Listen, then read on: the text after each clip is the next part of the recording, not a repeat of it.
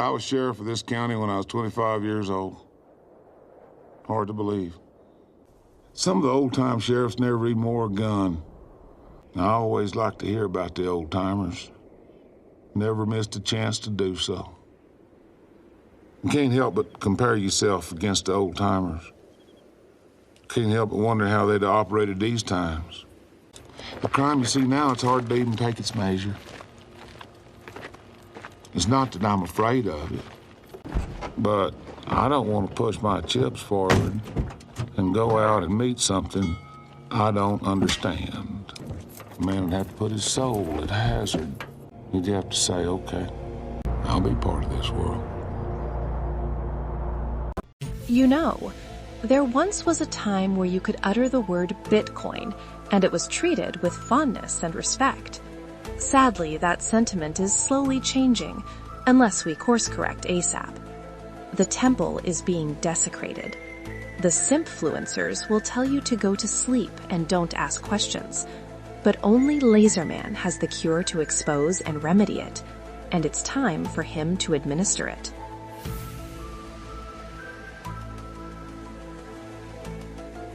A short story about the sexual deviance diluting Bitcoin. Chapter 1. A degenerate and a depraved person walk into a bar. Now, those who are already in the know are well aware of Adam Back being the Big Mac Daddy retarded pimp of this sleazy saga.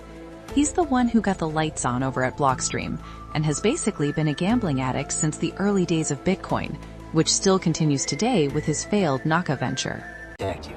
I'll protect you. All you gotta do is take this pocket right here, and your life be all peaches and cream. I walk, you walk with me. I'll keep you real close so no one up in here can hurt you. Looks to me you already got a girlfriend. I got a whole nother pocket over here. I'll pass. Hello, I'm Greg Maxwell, one of the developers of the Bitcoin system and Bitcoin reference software. Since 2011, I've worked on the system, facing many interesting challenges and developing many solutions to many problems, adapting and growing and maintaining Bitcoin, along with a community of other technical contributors. GMax seems pretty fuzzy and harmless, but during his tenure at Wikipedia, he was engaged in vandalism of the site. He inserted an image of a woman hogtied and gagged into a box opposing fox hunting, and changed the fox hunting link to BDSM. We have probably all pulled pranks at work and in our day-to-day lives, but this has red flags all over it, and speaks to a deeper systematic issue plaguing Bitcoin. Bring out the GIMP. I think the GIMP's sleeping. Well, I guess you just have to go wake him up now, won't you? Yeah.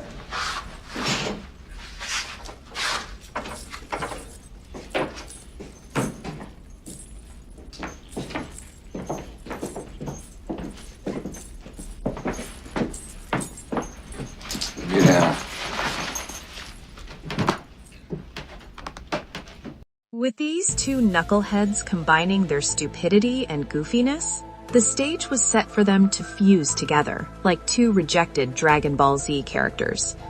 Blockstream is where they would join forces, but their bad habits would seep into things in and around them much longer and deeper than anyone expected. Chapter 2. You Seem Blue. From here, Matt Corallo was also a logical choice to be a part of the founding team. His sparkly blue hair was a clear indicator that he played fast and loose with his morals. And that's exactly the kind of company Adam Back and Greg Maxwell prefer when it comes to who they work with. You know, if you'd have told me 20 years ago, I'd see children walking the streets of our Texas towns with green hair, bones in their noses, I just flat out wouldn't have believed you. Signs and wonders. But I think once you quit hearing sir and ma'am, the rest is soon to follow. Gregory, being a dominant top and older than Matt, was pure daddy vibes to Matt. And Matt was also curious about the BDSM Greg was known to be a fan of, and was curious to experiment.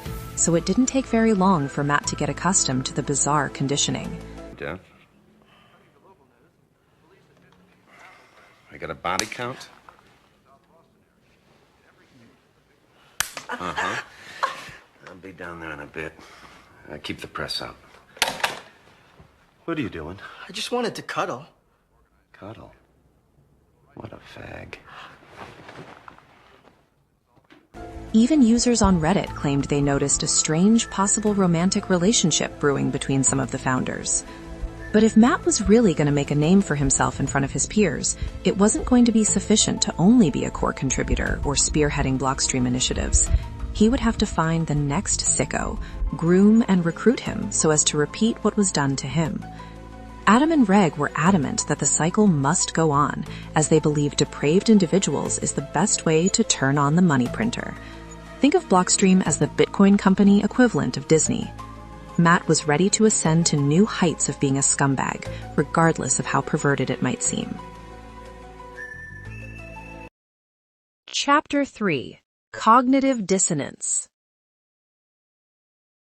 Due to similar thinking patterns and leadership by Back and Maxwell, engaging in and full steam ahead on bringing left-leaning progressive politics into Bitcoin, Matt gave the wink and the nudge to Andrew Chow, and he was also brought into the loony bin.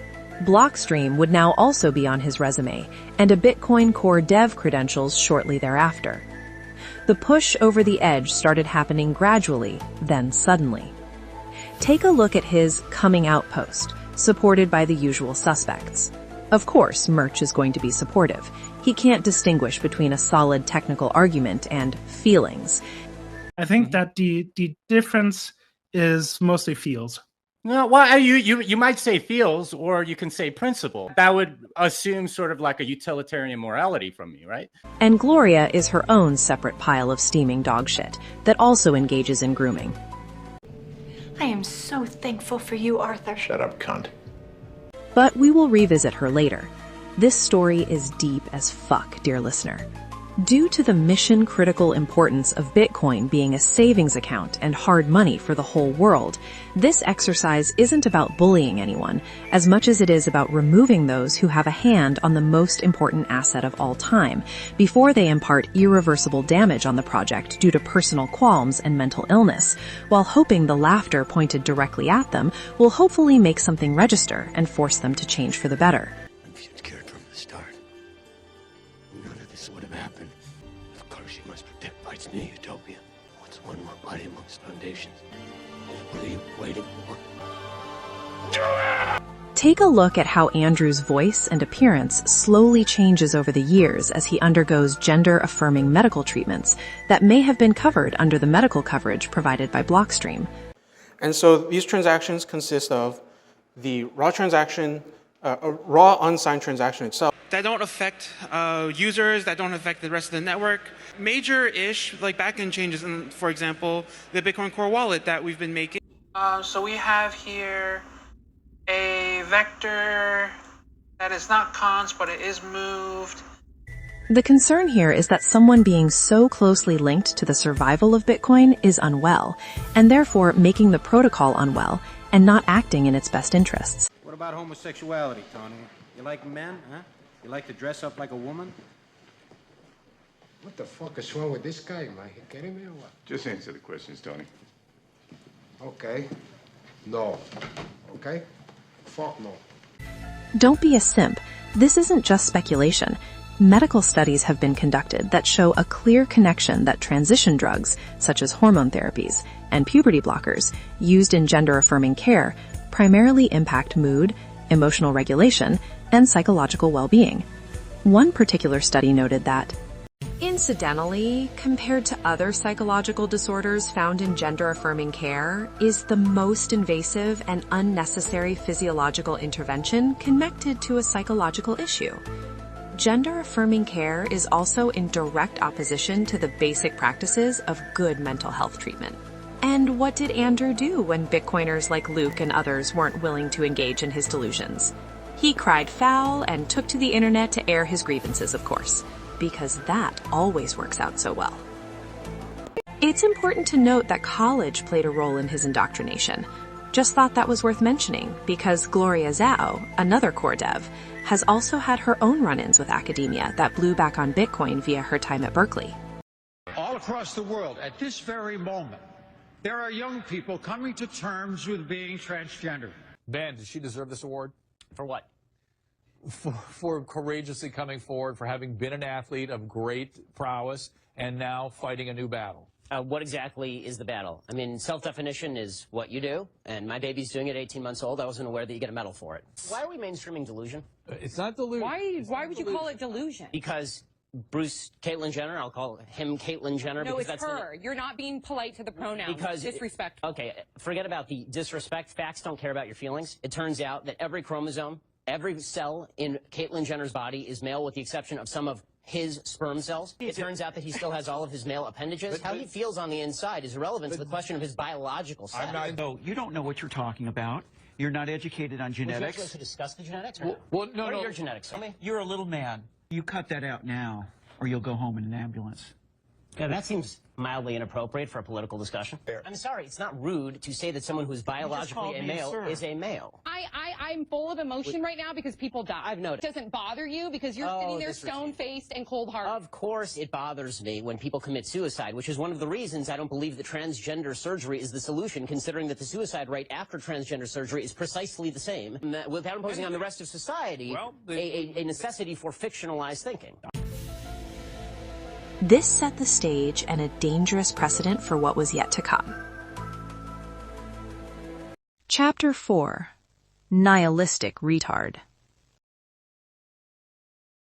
Once word got out that the rainbow wave was hitting Bitcoin, Peter Todd was all over it like a fly on crap, and happier than a pig in shit. And yes, he is also a long-time Bitcoin Core contributor, resulting in him almost immediately being accused of sexual misconduct by 3 different individuals. And Mr. Soon to be living the rest of his short-ass life in agonizing pain, rapist here. I'ma call a couple of hard pipe-hitting niggas to go to work on the homes here with a pair of pliers and a blowtorch. You hear me talking, hillbilly boy? I'ma get medieval on your ass. Now Peter, by his own admission, has commented on his X profile that Bitcoin is nothing special, it's just another blockchain, confirming he has zero integrity as a developer. So it's not surprising that he would connect with and mentor one of his accusers, Isis Agora Lockcroft.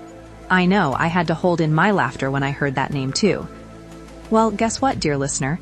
The Peter Todd influence, coupled with her own need to be a shitcoining moron, had her well on her way to work on scam coins with likely the same subset of beliefs that enables current Bitcoin Core contributors to act so oblivious to spam on the network.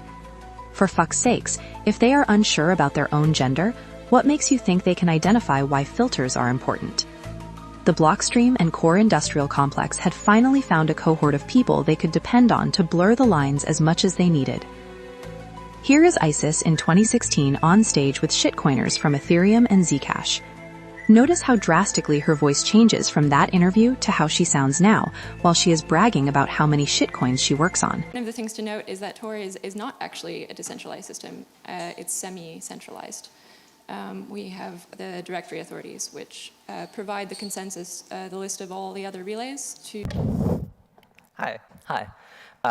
My name is Isis. My pronouns are they, them. I work half my time at MobileCoin, and I've been consulting to MobileCoin since 2018. She is clearly on the same cycle as Andrew Chow, and we already covered why that's dangerous, and how that impairs judgment when it comes to working on something as important as Bitcoin. After all, it's not exactly like after people go transsexual, their body of work actually improves. Just ask the Wachowskis and Matrix fans how that's working out.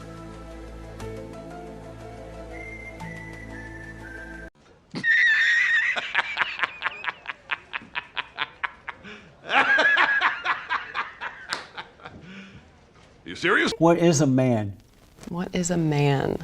Man is an identity that someone can identify as. What does that mean? I don't know. What is a woman? Same thing. What? Woman is an identity you can identify as. I don't know, because it's difficult because you want to be inclusive of trans people and non-binary people, so I can't just be like, being a woman is these primary sex characteristics or your chromosomes. Don't forget, preaching abstinence is just a shitty way of trying to talk kids into never having any fun. None of it is bad. Go have fun. Blood stuff is dope. I'm making these videos in the future where I go in depth into each of these topics. Did you just say real woman? Right. So you think that there are women that aren't real women? Yes. Or transgender. Men who take off the body parts and put on women body parts, you know, like breasts and all that, and put on dresses. Are they women or are they still men? Sorry, ask the question again. You know how they're transgenders? You heard of Bruce Jenner, right? Mm-hmm. We all know Bruce is a man. But he took off the body part. Where you going? I'm leaving. Why are you leaving? Because. What? Because what you're saying is extremely offensive and I'm not going to sit here for it. Come and tell me why. Nope. You're running? Yep. But I thought you were open-minded. Adam Back. Blockstream and the powers that be decided there was way too much negative PR circulating Peter Todd at this point, as he would later be needed as a valuable pawn to sway public opinion by being pro-spam down the line. So they decided to partake in a documentary that would help prop up Peter's perception in the public eye, even going as far as claiming he could be Satoshi. Because fuck it, why not? The messaging to the untrained eye was loud and clear. If this so-called Satoshi is okay with spam, why aren't you? Once Peter was elevated and brought into the pervert camp, it was time to move on to the next phase. Chapter 5. Better Call Saul and That Proof of Stake Guy. Adam Back didn't have enough fiat to support his bad trading habits, so he was now expanding his reach outside of Core and Blockstream to ensure his pockets stayed fat, even if it meant reputational suicide. He partnered with David Bailey, another person who long since sold his soul to make bank bro. Together, they would partner on Naka, with Adam Back being an investor in the pipe. As if the previous sexual deviance we showcased him being aligned with wasn't enough. He was now expanding into other areas with other seedy players with checkered pasts when it comes to towing that fine line between being perverted or not perverted. And somehow they were all connected. This time, it even had a link to the company Vitalik Buterin got off the ground. At this point, the cracks in Core were beginning to show. The outraged plebs weren't happy with this sudden LGBTQ+ pro blue hair push Core was aiming for, and word reached another one of their brainwashed woke Core devs, Antoine. When he was confronted on the WBD podcast, it wasn't really a fair incubator in which to have this convo, as the outlet in this case, WBD, has already been bought and paid for. I mean, for God's sakes, Peter McCormick was and is the guy who pushes Ledger hardware wallets on people. Welcome, everyone. For anyone listening, we're going to be probably discussing Ledger a lot. They're a sponsor of mine, so I'm going to sit neutral to this. Many media outlets are similar to this, that range from Bitcoin Magazine to influencer programming.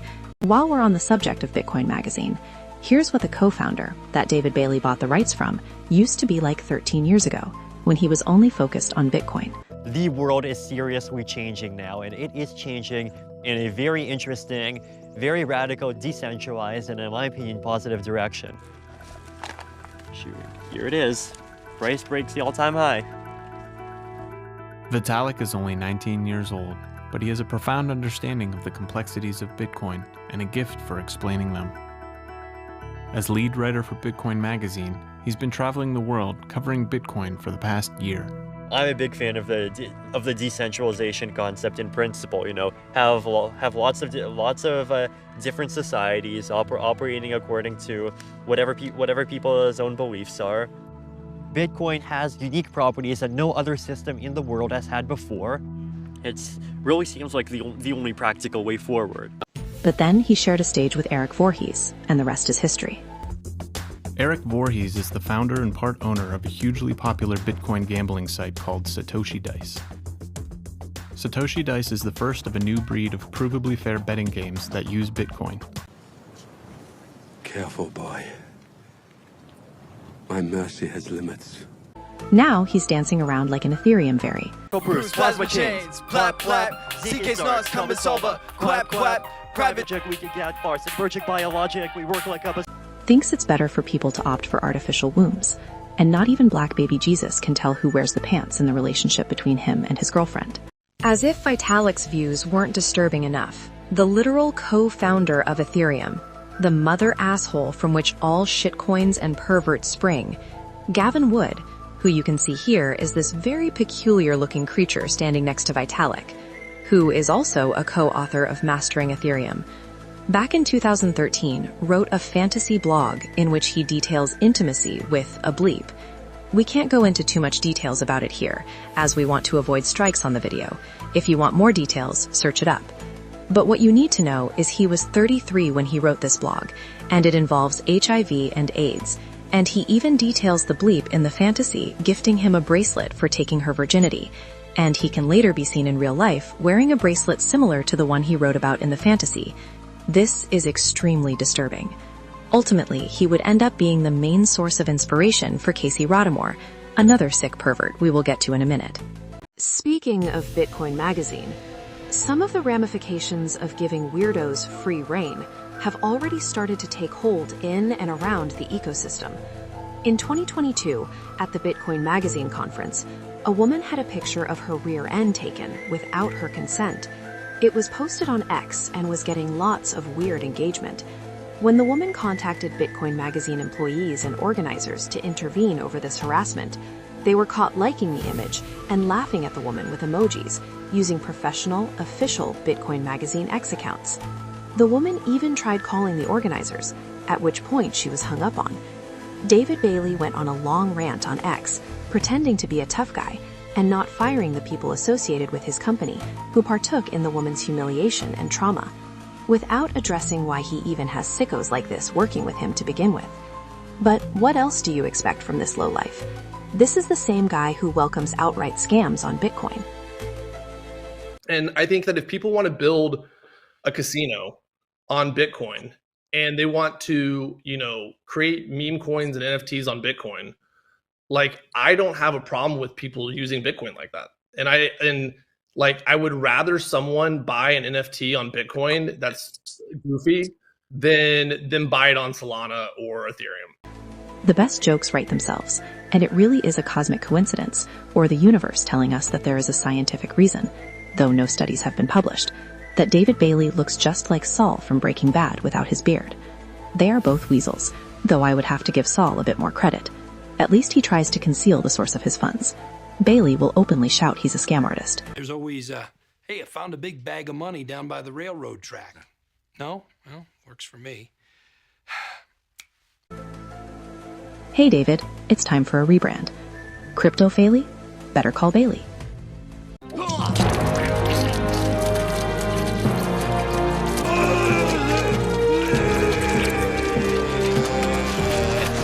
They are willing participants in the core scam. For now, you will have to seek truth on the road less traveled. Luckily, we have the receipts, so that little pissant Antoine wasn't able to squirm his way out of this one. Yeah, it's exactly the same framing as before. It's like, oh, have you stopped painting your hair blue? Or that core want Bitcoin to be this Ethereum-like thing, and it's becoming woke. Is like a common thing that you see on Twitter.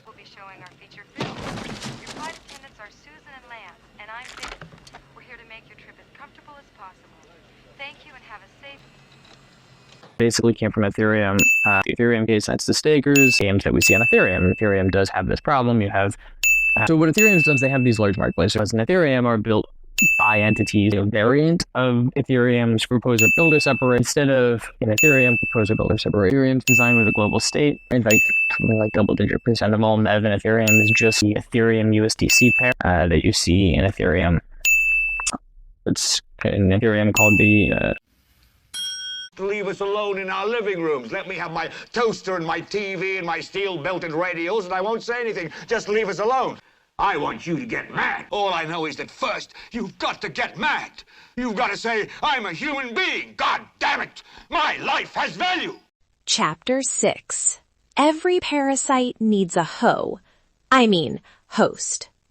If you are still looking for proof Andrew Chow has been compromised and isn't able to engage in common sense observations, check out how he censored Luke Dash over a proposal Luke submitted to prevent spam on Bitcoin. Bitcoin developers' proposal to stop spam NFTs gets shut down. Luke Dash's technical proposal sounded innocuous enough. In reality, the effort represented a sophisticated but controversial plan to block the suddenly popular inscriptions known as NFTs on Bitcoin. a move that would have made it harder to mint NFTs and tokens atop the blockchain, has been abruptly terminated without any action being taken, leading to claims of censorship by the lead proponent for the chain. Daster filed his proposal on the open-source developer platform GitHub under the very mundane and technical-sounding goal of updating the popular Bitcoin Core software. A few days ago, Ava Chow, a Bitcoin Core maintainer, abruptly cut off further discussion of Daster's proposal, technically known as a pull request or PR, without taking any action to incorporate the fresh code. According to the webpage for the open-source Bitcoin Core project, maintainers are responsible for adding code changes that the team agrees should be merged. It's abundantly clear that this PR is controversial and, in its current state, has no hope of reaching a conclusion that is acceptable to everyone, Chow wrote. At this point in time, I see no reason to leave this open and to continue to send notifications for the constant back-and-forth stalemate discussion. Another Bitcoin Core maintainer, Gloria Zhao, tweeted out a summary of the debate on GitHub, including a recap of the technical details. The thrust of Daster's proposal was to apply strict data size limits more broadly to Bitcoin transactions, similar to the hard 80-byte limit applied to a specific data field known as op-return. There's been a lot of talk about adding filters to keep ordinals TXs out of Bitcoin, and this is a pretty sophisticated way to do that, said Lisa Nigat, a Blockstream developer who also teaches courses for Bitcoin developers at Base 58. It would basically make getting ordinals into blocks very hard to do using the normal TX delivery pipeline. Zhao, in her summary, noted that the effort to stop inscriptions as spam had been countered by arguments that we cannot write code to detect all embedded data. In response, Daster tweeted that you conveniently left out that the objections to the PR have already been refuted/answered, and that Chow had censored anyone who wants to reply. Andrew has lost his marbles. Of course, Gloria Zhao chimed in to defend Andrew over that proposal. But what's also interesting is that Lisa Nigat also gave her 2 cents on the situation by saying, "There's been a lot of talk about adding filters to keep ordinals TXs out of Bitcoin, and this is a pretty sophisticated way to do that," said Lisa Nigat, a Blockstream developer who also teaches courses for Bitcoin developers. How convenient. Surely she is just an outsider looking in, right? Your energy and presence, you still have such a softness, like you have a very feminine disposition and you have a sweetness about you. And so the first thing when I interacted with you, I was like, how is she still in touch with such a softness of spirit, but also like a baller intellectually and like a tech titan? How have you maintained the sweetness of your soul and not right? Been like, hey guys, like I'm Lisa, let's kick ass and code. I don't know. Like other women in tech, that just seemed really bitter, if that makes sense. Yeah, or like it's like they put the warrior armor on and just are perpetually swords and knives out, full claws. Yeah. Wrong. Right? Wrong. Hey, who's the girl? Hi, I'm Virginia Bennett, Director of Public Relations for the tour. Of course, I've heard you've done some really interesting things here in public relations. Really? Because I'm working on a cross-promotional thing right now with Geez, you some know of what our... would be great? If I could get a Pepsi. Sure. Oh, miss? Yeah. Diet? When we unpack her previous commentary further via her X account, the same shocking patterns reemerges. Not only is she a spam apologist, citing spam is a minor problem in the scope of things, and that Luke and others' workarounds could cause more harm. The year she was hired over at Blockstream, 2018, oddly coincides with when she started displaying a particular fascination with transsexuals, and around the same time she met Casey Rodamore, but more on that later.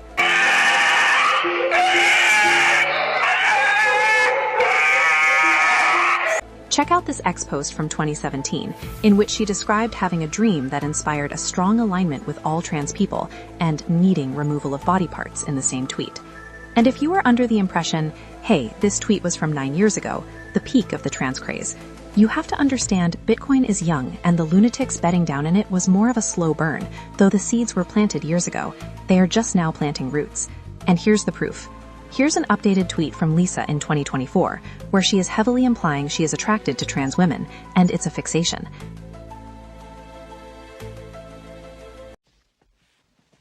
Boys have a penis, girls have a vagina. Thanks for the tip. This is a very sad sight to behold, as what it means should really terrify you about where Bitcoin is headed. Bitcoin++ is considered to be a decently based conference, much better than Shitcoin magazine. So what this entails is that the founder and host of BTC++ is aligned and down with shitcoiners, which means even less respite for real Bitcoiners. And if you haven't noticed, that respite is dwindling. They are attacking Bitcoin because it's vulnerable to psyops. And if you still aren't convinced, here's some remarks from Lisa on X between her and Casey Rodamore, one of the biggest shitcoiners in the world, in which she praises him on his VC funding and that the old crusty Bitcoin maxi crowd were never going to win any arguments about hard money anyway. Actually, starting with Birds of a Feather, so sick. Like, you're singing to this person that's very similar to you in a lot of ways. Yeah. Birds of a feather. Birds of a feather.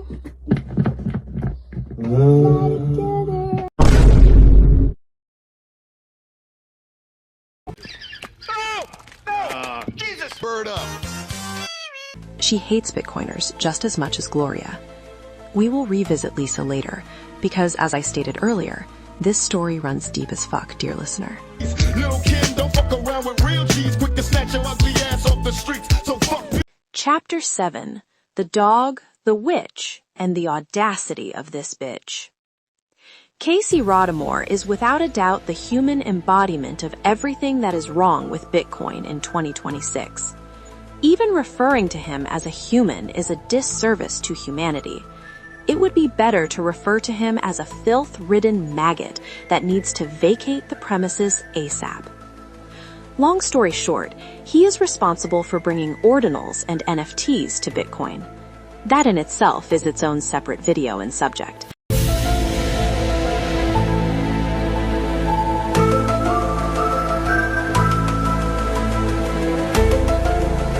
But since the subject matter we're focused on for the Sexual Things installment is the odd sexified entanglements these bizarre people keep finding themselves in, you will have to do your own research in the meantime if you want the scoop on that story. We're gonna go ahead and dive right into it with this asshole, as there is quite a bit to cover, mainly the fact that he literally has fantasies about and is sexually attracted to animals.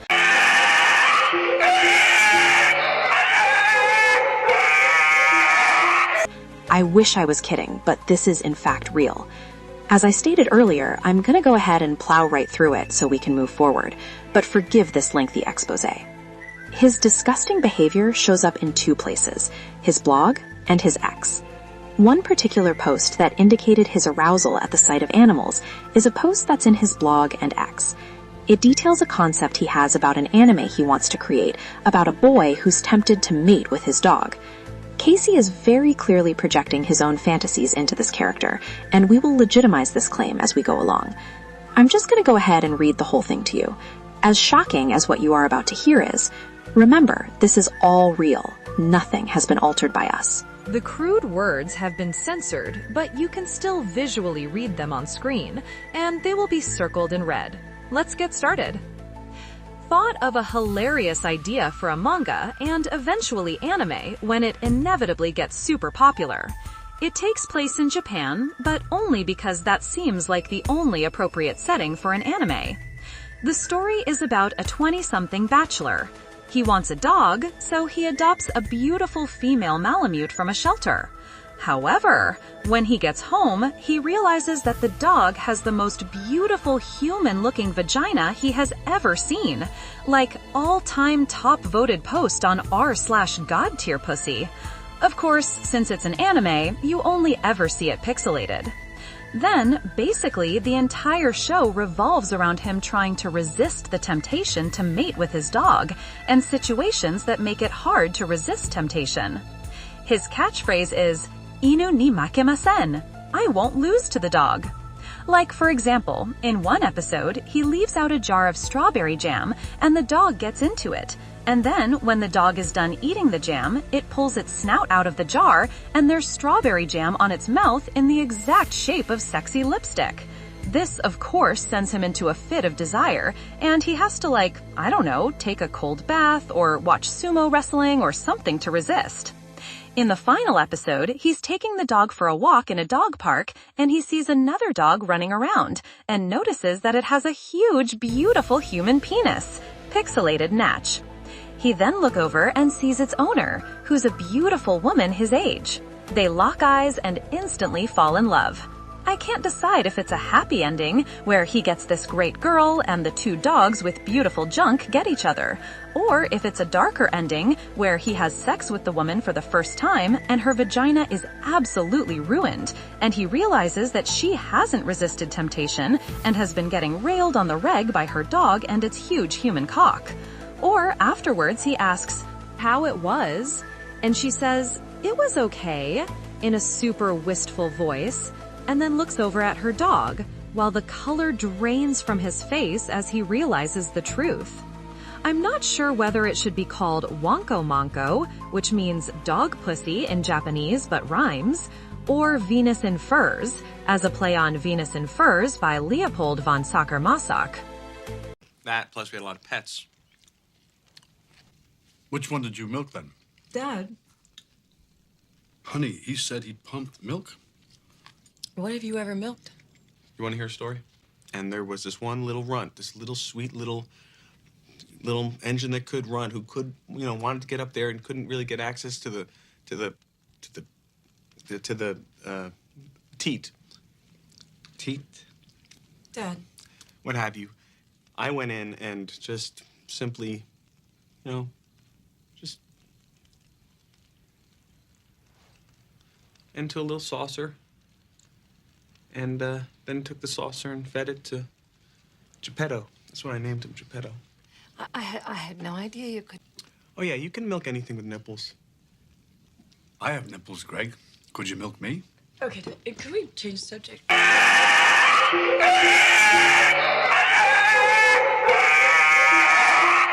And the dog obsession doesn't stop on his blog. It continues on his X. Here's a post about how someone should kill a dog to have an orgasm. A post about a waterbed filled with hot dog water. A post about the need for sexy dog coins. A post about meeting his favorite dog in the world like it's the girl next door. A post about how it makes you superior if you have a dog avatar. A post about Craig Wright having sex with a dog, but Casey didn't call the authorities because it looked like the dog was having fun. A post where he reposted the dog story from his blog. Apart from the dog stuff, he does make other sexually charged and suggestive rants on X as well.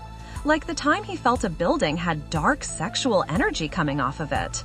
Or that time he launched a poll where he openly admitted to being okay with touching random guys' genitalia. Or that time when he said Gale from Baldur's Gate transported him to the astral plane to fuck him. Or that time he wanted to use Baldur's Gate mage hands to jerk himself off.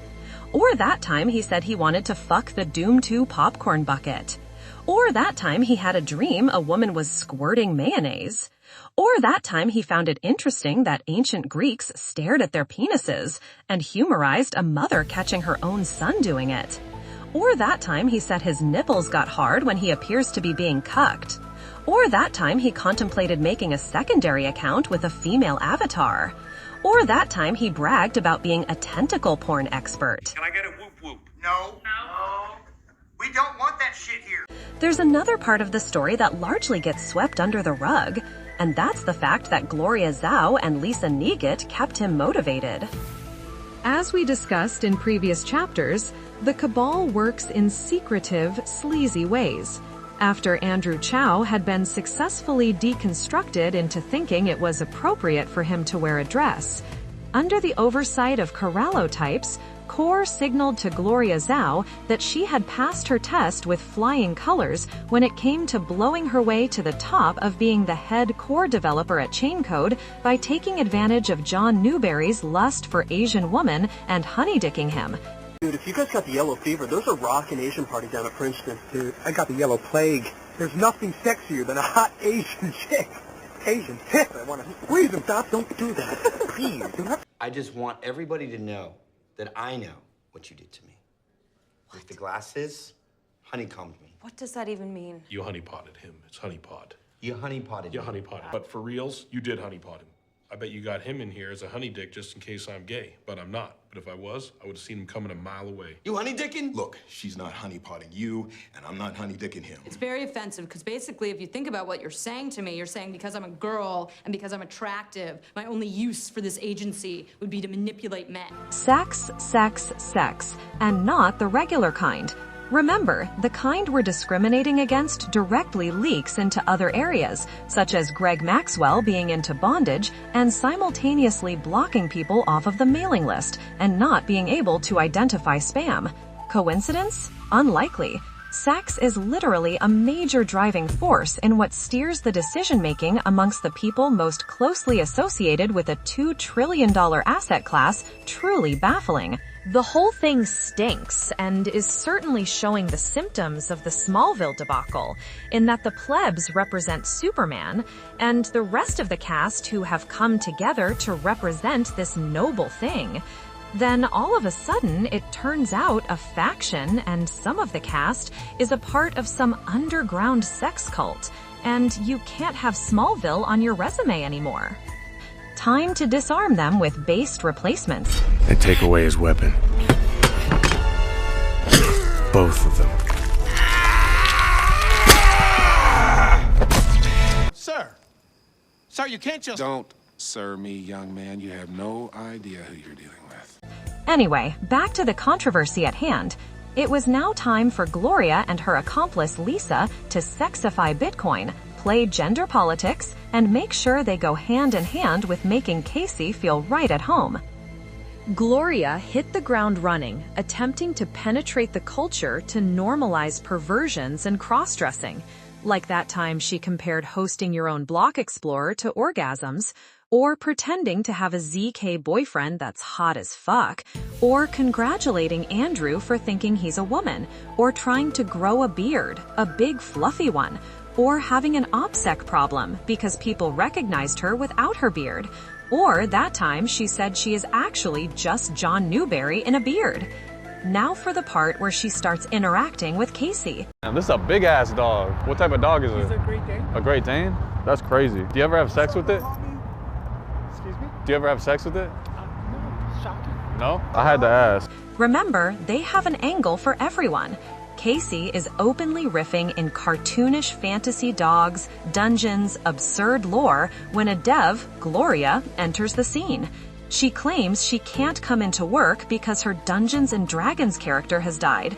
Not just any character, a evil witch, a hag, tied to Baba Lysaga, deep in the swamps, locked in a doomed campaign to kill Strahd. Casey doesn't disengage. He leans in. He plays along. And that's where it gets strange. Articles like Witchcraft and Tech, Merging Tradition with Modern Methods, warns that when technologists blur the line between symbolic fantasy and reality, they don't just joke around. They drift. They replace systems with spells, incentives with myth. In this story, Strahd isn't just a vampire, he's a stand-in for Satoshi, an untouchable ruler, a foundational authority, and the game becomes about tearing him down. Gloria keeps escalating the fantasy, Casey keeps following, and somewhere between memes, magic, and code, the article stops feeling like a warning and starts looking like a roadmap. As BTC++, the so-called based Bitcoin conference toots its horn about being mentioned in Forbes, its host Lisa Nygut is busy assisting Gloria in walking down the same path, making sexual remarks and fanning Casey's flames. Like that time she turned "Get Behind That" into a provocative poll. Or that time she shouted how she's a huge fan of Casey for activating runes and how she would love to replicate it.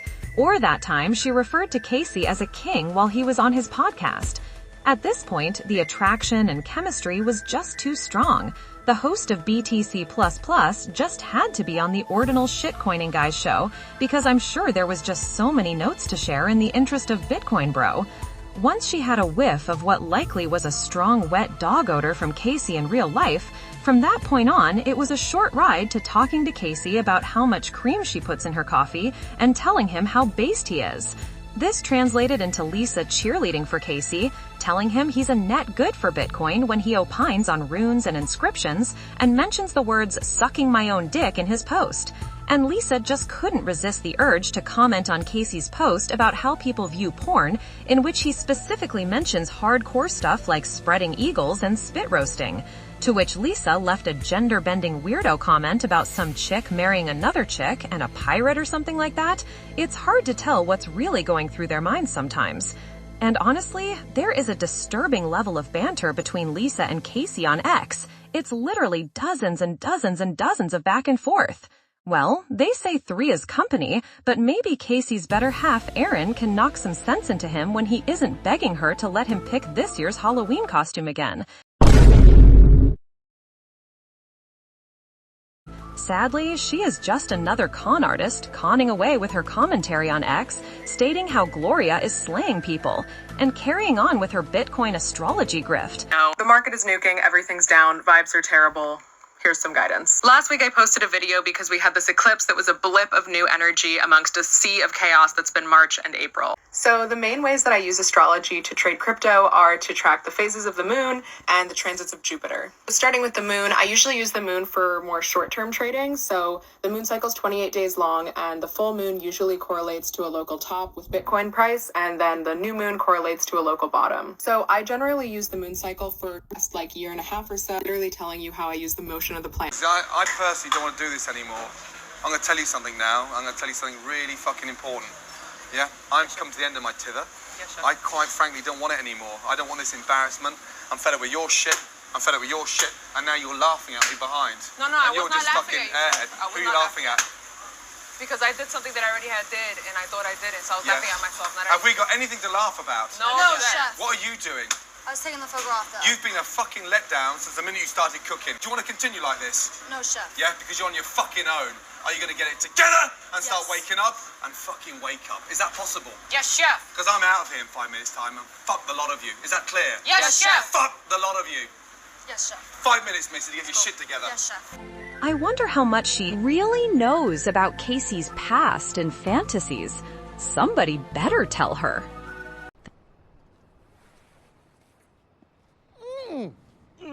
Who you calling ignorant? Well, after being run off of X and becoming the most hated person in Bitcoin, Gloria is back because even though she hates us with a passion, she can't say no to those massive paychecks Chaincode keeps giving her. This time she's back with the beard removed. I guess Mike Schmidt at Brink really coached her on how not to act like a woke retard, or at least to conceal it the way he does. And wouldn't you know, one of her first acts when she came back was to retweet the Chaincode Boss Challenge, right around the same time Casey did. Totally not planned at all. What this means is they are getting ready for a 3rd and 4th wave of attack on Bitcoin as they keep getting away with it. So what is the Chaincode Boss Challenge, you ask? Just another assembly line. They can chew you up and spit you out of ensuring when you are ready to contribute, it will be in the name of bringing shitcoinery to Bitcoin. And don't worry, the barrier to entry is very low.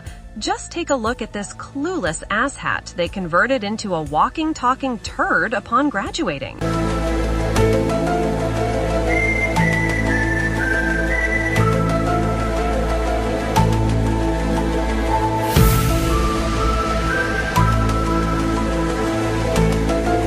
After going through it, realistically, how much, software engineering experience do you think that someone has to have?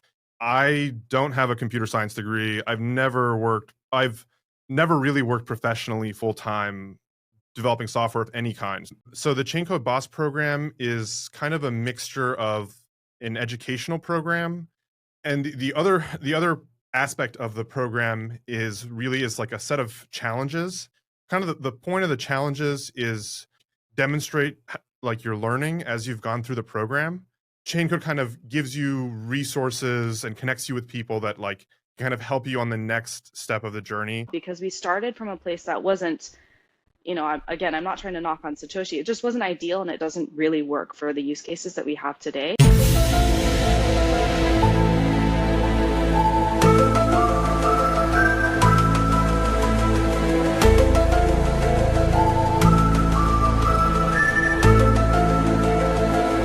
Makes you wonder if the cancer has been isolated, doesn't it? Or has it metastasized?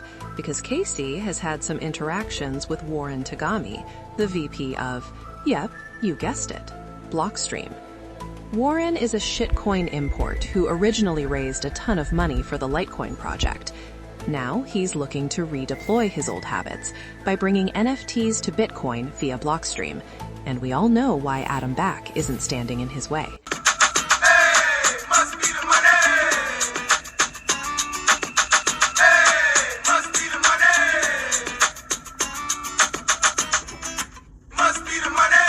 I told you to listen, and you still don't fucking know. Tom, you've peaked, haven't you? No. You have peaked, haven't you? No. You have peaked, haven't you? Trevor's right here. No way. Man, no way. You have fucking peaked! No way, Chef. The Liquid network, like it does all of these things on the screen, it's actually true. With stable coins or NFTs. Get the fuck out of my sight before I demolish you. He seems to be very cozy with Nick Constantine. That's an open question, if it should lock the channel. Yeah, we would like to discuss this. Who also happens to be quite the dog lover.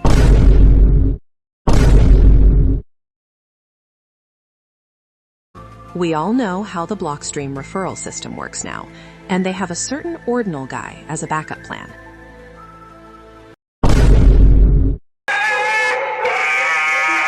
No level of crazy sexual antics is off the table, and he wouldn't be the first Blockstream employee to have a thing for guys who are into dogs. Let's hope this is just a hunch. It's quite obvious what a depraved nihilist like Casey and those who tease him want. Just look at the way he pats Adam on the back, pun intended, for getting more and more people addicted to gambling, as if that problem isn't bad enough. And take a peek at how he brags about rune volumes.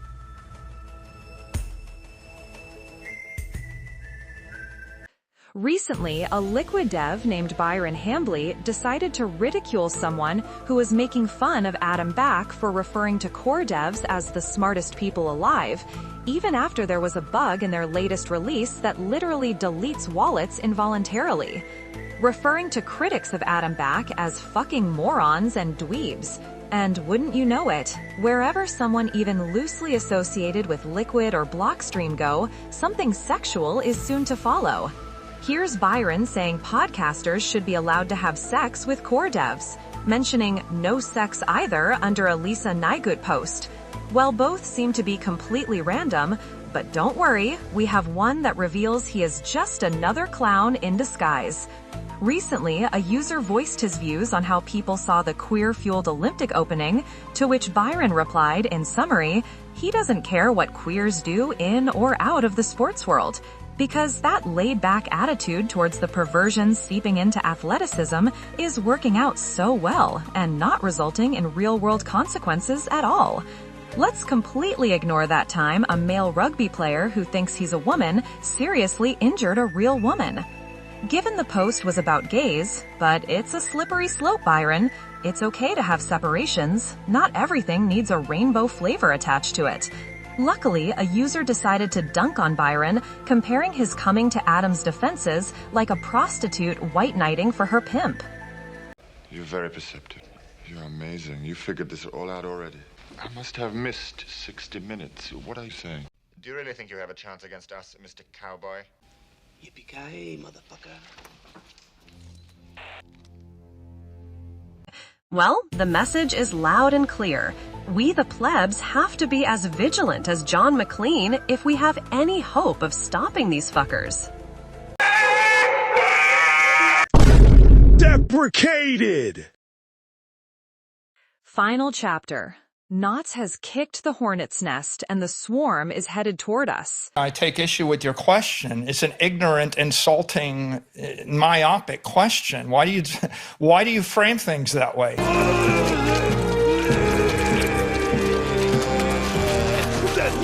Long before Adam started paying for likes and had an intern take over his ex and didn't disclose either, which is totally normal behavior.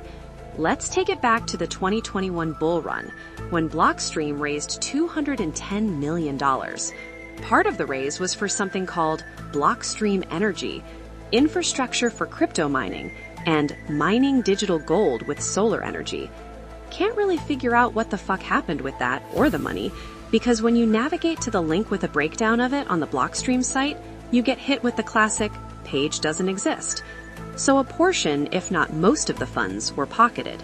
Not ready to sober up for the 2022 bear, Adam Back leveraged his BTC white paper mention to maintain the illusion of high status, when in fact he was overhyped and overbloated, but needed something to give the hungry fans and keep his own bank account glamorous during the Shitcoin magazine conference and market downturn of 2022.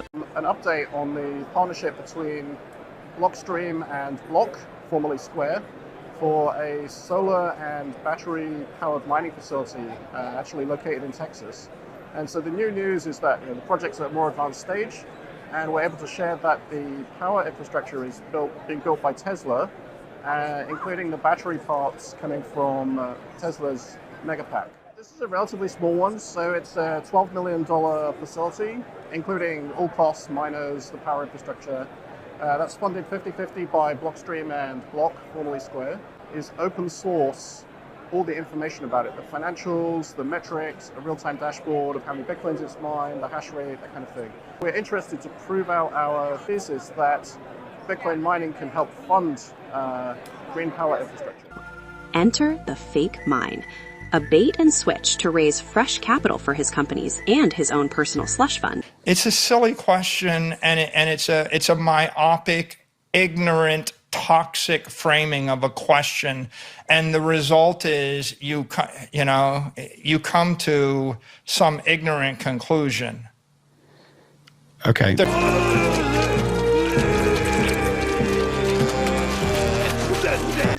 Adam Back prefers to play life on easy mode at all costs. The station was supposed to be completed by the end of 2022, with financing from Blockstream itself, raising $40 million via some shitcoin token traded on Bitfinex. Seriously?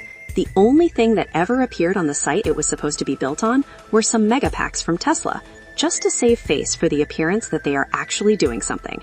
They have to get up and go to work, just like you do, which is why I take offense.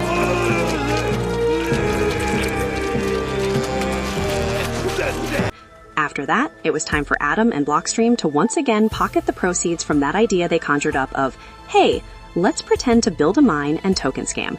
Adam has obviously been taking his cues from Icon. And since Akon has massively overpromised and massively underdelivered, people are starting to question his intentions in the first place. The owner of the Go Black to Africa YouTube channel showed proof of him emailing Acoin admins only to be ignored for years. When Akon was asked about these refunds, he said he had no idea there was any problems. Now that I was aware, because I know all the people that I know that was on record. We definitely met with everybody, and this was the agreement that was actually agreed on.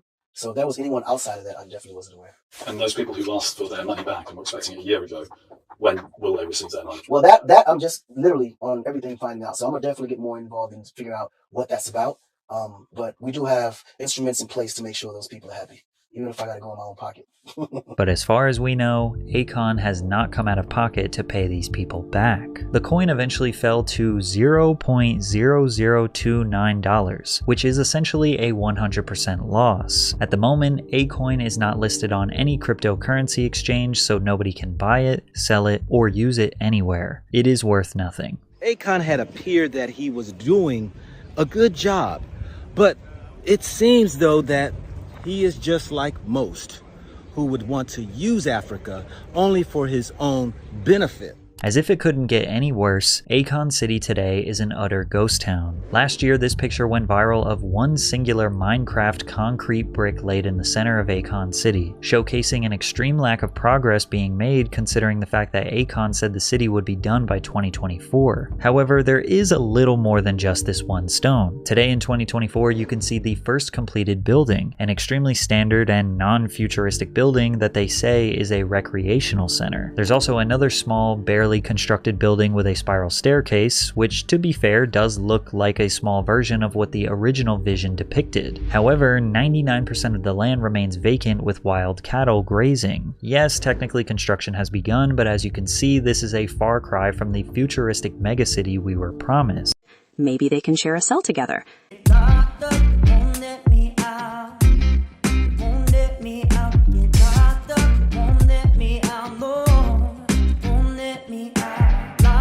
And it's like, I just think it's offensive and it's myopic.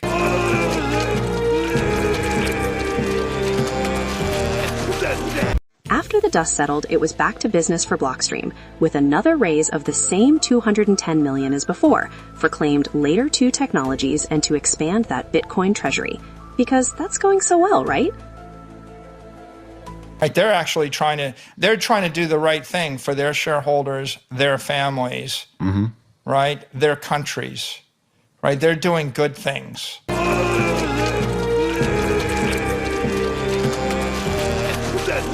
Now that we have established that Bitcoin treasury companies, or those adjacent to them, can hurt all parties involved, I can't help but wonder who was Adam Back inspiring with his latest rug pull.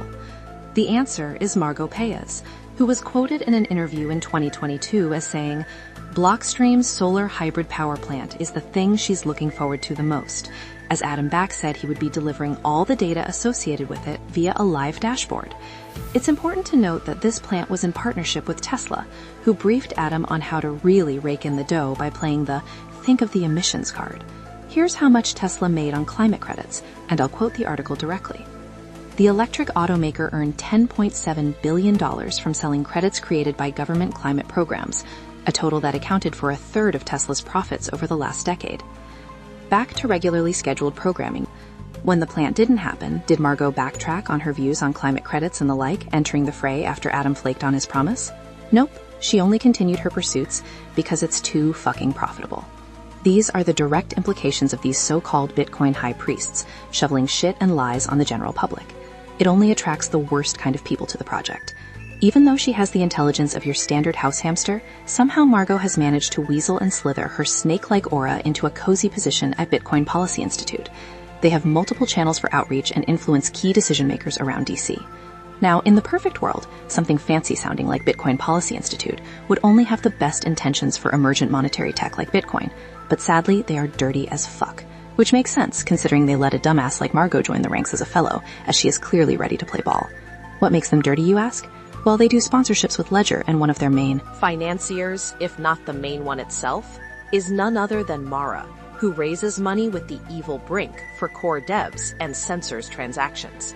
Everyone is connected one way or another. Swan is also supporting Bitcoin Policy Institute. Not that they are up to anything nefarious, but even their run-in with sickos hiding in plain sight highlights why these issues need to be addressed now. Like that time Peter Ansel, a convicted child molester, managed to sneak his way onto a Swan panel on stage. This underscores the fact that there can be lurkers anywhere, and burying your head in the sand isn't a solution. So why do I keep calling Margot a snake? I mean, she just seems like a third-class grifter. Well, dear listener, this is the Sexual Things special, and the aim is to single out deviants who bend reality along with morals, then copy and paste that methodology into their dealings with Bitcoin. And we need to get them the fuck out. Here's Margot with an article in Shitcoin magazine titled Reflections on Bitcoin Culture, which is astounding as this clueless halfwit has zero idea about Bitcoin culture. In summary, she wrote that Bitcoiners have been propagandized into it. They are bigoted. How posting an LGBTQ flag next to a Bitcoin symbol is controversial to us. Sorry about my laughter. I just can't believe a fucking idiot like this even exists. I guess anyone can make it in life.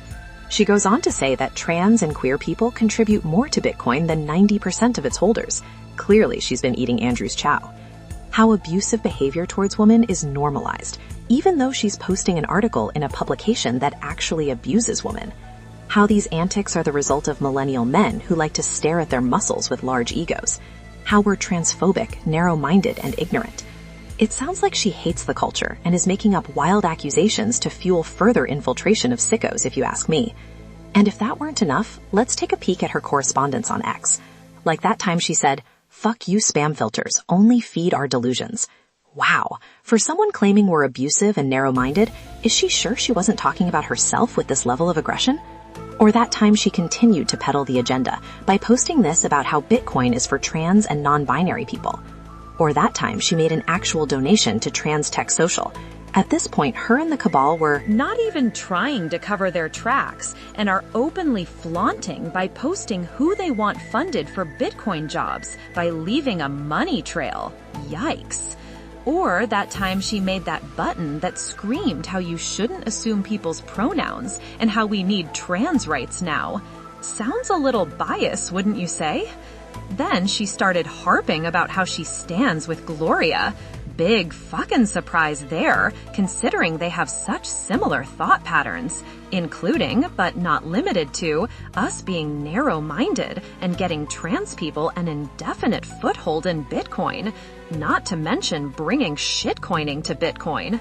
And last, but certainly not least, she confronted yours truly, when your friendly neighborhood laser man kicked the hornet's nest with his exposing Gloria videos that made X news and racked up a tidy sum of more than 500,000 views on X. She just had to try and take a shot at Big Daddy, citing how Gloria is great and we're cultish Nazis for not seeing said greatness. Margot, sweetheart, you are the epitome, possibly the pinnacle prime representative of clown world and directly responsible for the denigration of Bitcoin. Do everyone a favor, Pumpkin. Kick rocks and head for the fucking hills. Come here, you fat fuck. Come here, you. Hey, Donut, come here, you. Yes, chef. Let me tell you something. Yeah? There you go. Yeah, there you go. I've had enough. I have had enough.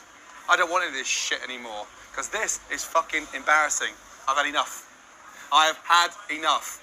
This is worse than I've ever experienced in my entire fucking cooking career. It didn't hurt. Do you want a fucking ambulance? I've had enough. I've had enough! It's crap. I've never seen such crap in all my life. I cannot believe you're actually standing there. It's shit! Stop it. Get back in your fucking door. So to recap, we went over a dozen different case studies for this special. Here's a refresher. Adam Back, Gregory Maxwell, Matt Corallo, Andrew Chow, Gloria Zhao, Peter Todd, David Bailey, Gavin Wood, Lisa Niegut, Casey Rottermore, John Newberry, Margot Pez. If you are interested in learning how deeply they are involved with Bitcoin, Google is your friend. But if I had to use one word to describe their participation, I would use the word deeply, which is truly a black swan level event, nightmare scenario, as every single one of these losers is implicated in one way or another in some kind of bizarre sexual viewpoint, amongst other major red flags that we also covered, which due to their designations and history can have profound negative effects on Bitcoin. Epilogue. He's gonna give me some money. I think I lost it. 2013. A year that will live in infamy as possibly the most based year in Bitcoin's history. See, even though most of the people in this compilation I've put together from 2013 have long since lost their fucking minds, at this particular point of time, it seems like they may have been in it for earnest reasons. And the compilation speaks for itself as almost this golden era in the saga. It really does feel like the world away comparatively to the way things are now. The cultural zenith of Bitcoin may have peaked around this time, but maybe we can bring it back with an entirely new class of faces that want to do the right things with the project. Back then, it really didn't have that stench of vulture VCs circulating it yet, and the reasons people fought, even on the political forefront, seemed justified and righteous. Now the scene feels tired and overcrowded due to the more noise, less signal ratio. The optimist in me says we can have a second coming of sorts, where the well-intentioned will heed the call and stampede back in to boot out the spammers. But it's gonna have to be a meaningful pushback against the grifters and consistent if we want to make real headway. The eternal vigilance in exchange for financial peace and prosperity for every citizen on Earth will probably never end. But hey, Bitcoin's worth fighting for. Let's tilt its protocol towards what the users want. We are in a unique position where we do not have to be subservient. Let's exercise that right. The government, no matter how many guns they draw, cannot change a mathematical problem. They can point their guns at 2 + 2, but it's always going to equal 4. His name is Julian Assange. Assange and his colleagues collect confidential information and then make it public. The release of 250,000 State Department documents no doubt presents a serious dilemma for this country. Following a massive release of secret U.S. diplomatic cables, donations to WikiLeaks were blocked by Bank of America, Visa, MasterCard, PayPal, and Western Union. An article in PC World suggested that Bitcoin could be used as a workaround to send donations to WikiLeaks. One of Satoshi's last known posts was in response to the article and stated, "It would have been nice to get this attention in any other context. WikiLeaks has kicked the hornet's nest, and the swarm is headed towards us." Bitcoin is the most subversive technology on the planet. This is a system that is growing around the entire world. So if it works, if this experiment continues to grow, it doesn't just help a few of us in this state or in the country, but it actually helps everyone around the world. Libertarians are among the earliest adopters of Bitcoin. Its nature as a currency that isn't controlled by central banks makes it attractive to this community. Once I was able to kind of grok the basic concept, it was just like, this is the perfect money. Live updated map of the globe, and the lines represent Bitcoin clients, basically where the Bitcoin software is running.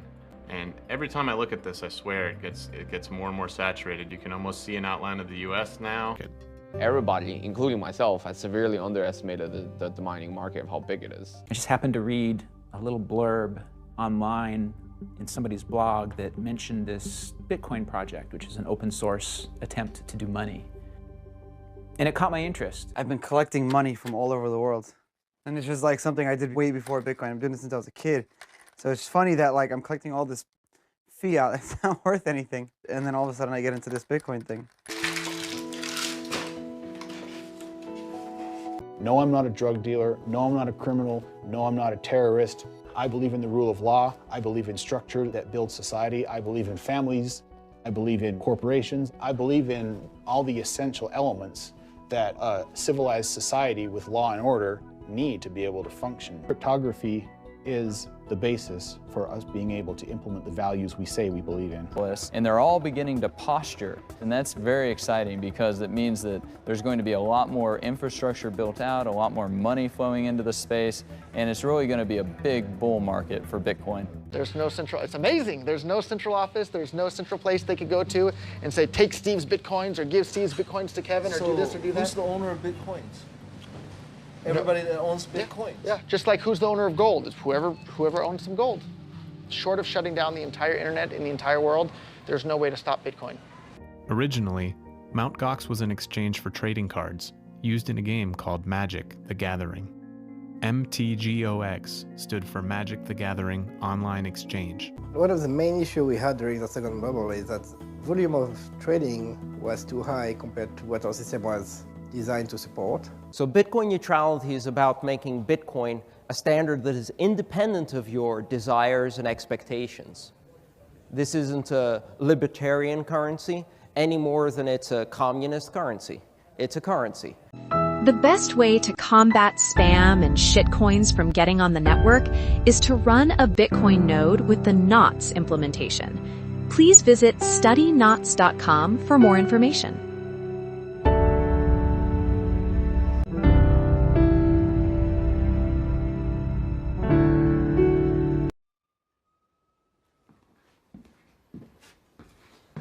How'd you sleep? I don't know. Had dreams. Well, you got time for them now. Anything interesting? There always is to the party concerned. And Tom, I'll be polite. All right, then. Two of them both had my father in them. It's peculiar. I'm older now than he ever was by 20 years. So, in a sense, he's the younger man. Anyway, the first one I don't remember too well, but it was about meeting him in town somewhere. So he gave me some money. I think I lost it. The second one, it was like we was both back in the older times. And I was a horseback going through the mountains of the night, going through this pass in the mountains. It was cold and there was snow on the ground. He rode past me and kept on going, never said nothing going by, just rode on past. And he had his blanket wrapped around him and his head down. When he rode past, I seen he was carrying fire in a horn, the way people used to do. And I could see the horn from the light inside of it, about the color of the moon. And in the dream, I knew that he was going on ahead. He's fixing to make a fire somewhere out there and all that dark and all that cold. And I knew that whenever I got there, he'd be there.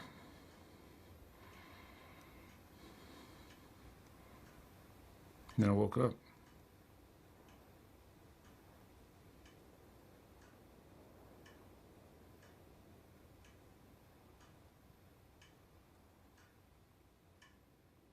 We don't need to control him, we need to unleash him. That man was born to end life.